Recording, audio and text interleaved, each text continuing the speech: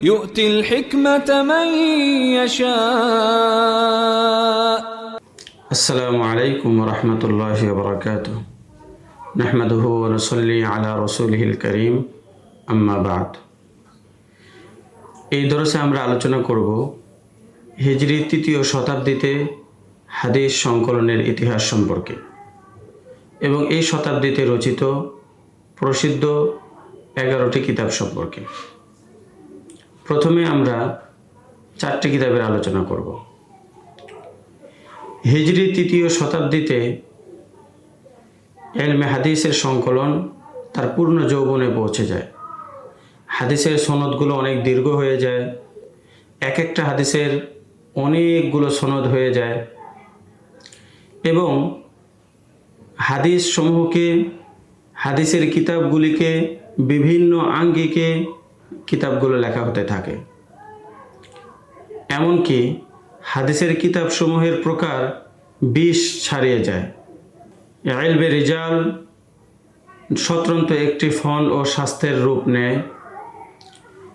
হিজরি ৩য় শতাব্দীতে অনেক কিতাব রচিত হয়, যার মধ্যে প্রসিদ্ধ হলো সিহাহে সিত্তা কিতাব। এই 6টি কিতাব যেহেতু একেবারে প্রসিদ্ধ ও পরিচিত, এই জন্য আমরা এ সম্পর্কে আলোচনা এখন করছি না। এই 6টি ছাড়াও আরও গুরুত্বপূর্ণ কিছু কিতাব যেগুলোর হাওয়ালা কিতাবের মধ্যে আলোচনার মধ্যে বারবার আসে, সেই কিতাবগুলো সম্পর্কে আমরা আলোচনা করব। এরকম মোট 11টি কিতাব, তার মধ্যে থেকে আমরা এই ভিডিওতে 4টি কিতাব সম্পর্কে আলোচনা করব। 1 নম্বর কিতাব মুসনাদে আবি দাউদ আত-তয়ালিসি। এই কিতাবটি লিখেছেন ইমাম আবু দাউদ তয়ালিসি। ইনি সিহায়ে সিত্তার মধ্য থেকে একটি কিতাব সুনানে আবি দাউদের লেখক ইমাম আবু দাউদ সাজিস্তানির পূর্বের যুগের লোক। এই কিতাবের ব্যাপারে প্রসিদ্ধ আছে যে মুসনাদ আবি দাউদ তয়ালিসি এটাই সর্বপ্রথম মুসনাদ।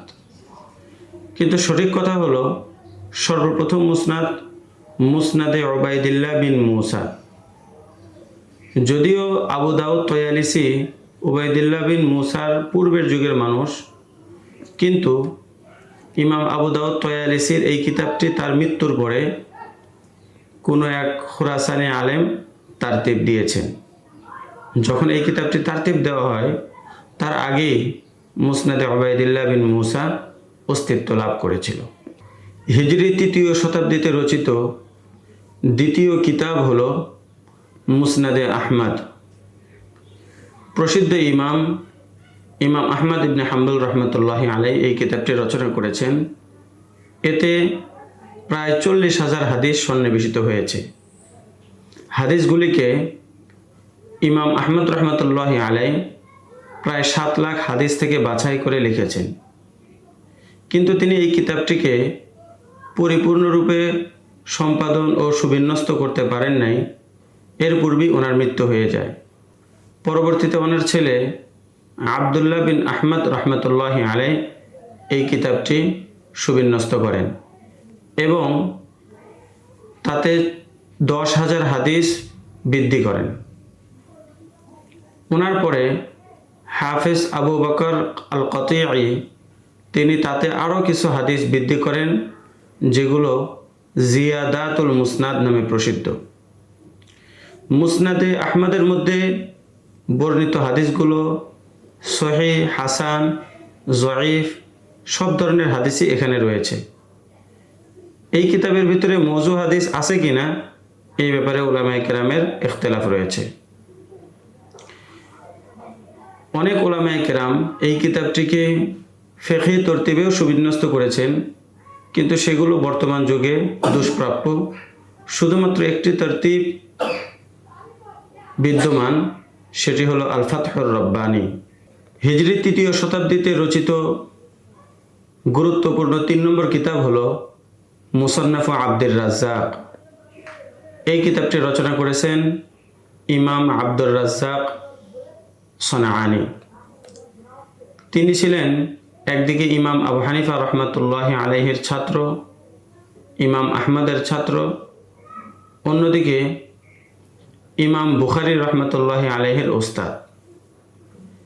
এই কিতাবের ভিতরে অধিকাংশ হাদিস সুলাসি। এই কিতাবের হাদিস সম্পর্কে ইমাম বুখারী রহমতুল্লাহি আলাইহি বলেন, এর ভিতরে বর্ণিত সমস্ত হাদিস সহিহ। হিজরি ৩য় শতাব্দীতে রচিত দ্বিতীয় গুরুত্বপূর্ণ কিতাব হল মুসান্নাফে আব্দুর রাজ্জাক। এই কিতাবটি রচনা করেছেন ইমাম আব্দুর রাজ্জাক সনআনী রহমতুল্লাহি আলাইহি। তিনি একদিকে ইমাম আবু হানিফা এবং মা'মার ইবনে রাশিদের ছাত্র ছিলেন, অন্যদিকে ছিলেন ইমাম আহমদ ইবনে হাম্বল রহমতুল্লাহি আলাইহির ন্যায় বড় ব্যক্তিত্বের ওস্তাদ। এই কিতাবের ভিতরে অধিকাংশ হাদিসই সুলাসি সনদে বর্ণিত। ইমাম বুখারী বলেন, এই কিতাবের সমস্ত হাদিস সহিহ। হিজরি ৩য় শতাব্দীতে রচিত গুরুত্বপূর্ণ 4 নম্বর কিতাব হল মুসান্নাফু আবি বকর ইবনে আবি শাইবা। এই কিতাবটি রচনা করেছেন ইমাম আবু বকর ইবনে আবি শাইবা রহমতুল্লাহি আলাইহি। তিনি অনেক বড় আলেম ছিলেন। তিনি ছিলেন ইমাম বুখারী এবং ইমাম মুসলিম রহমতুল্লাহি আলাইহির ওস্তাদ। এই কিতাবের অনন্য কিছু বৈশিষ্ট্য রয়েছে, যেমন 1 নম্বর বৈশিষ্ট্য, এই কিতাবের ভিতরে মারফু হাদিস উল্লেখ করার সাথে সাথে সাহাবায়ে কেরাম এবং তাবেঈন কেরামের আকওয়াল এবং ফতাওয়াও নকল করা হয়েছে, যে কারণে এই কিতাবের আলোকে হানাফিদের উসুল অনুযায়ী হাদিস বোঝা সহজ হয়ে যায়। 2 নম্বর বৈশিষ্ট্য হলো কিতাবটির মধ্যে শুধুমাত্র আহকাম সংক্রান্ত হাদিস রচনা করা হয়েছে। 3 নম্বর বৈশিষ্ট্য হলো কিতাবটিকে ফিকহি তারতিবে লেখা হয়েছে।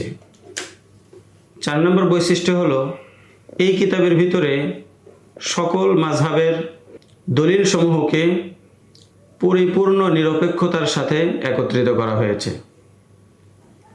5ম বৈশিষ্ট্য হলো লেখক যেহেতু নিজেই কুফার অধিবাসী ছিলেন, যে কারণে কুফাবাসীর মাযহাব অর্থাৎ হানাফি মাযহাবকে খুব ভালোভাবে বুঝে তাদের দলিলগুলো এতে উল্লেখ করেছেন।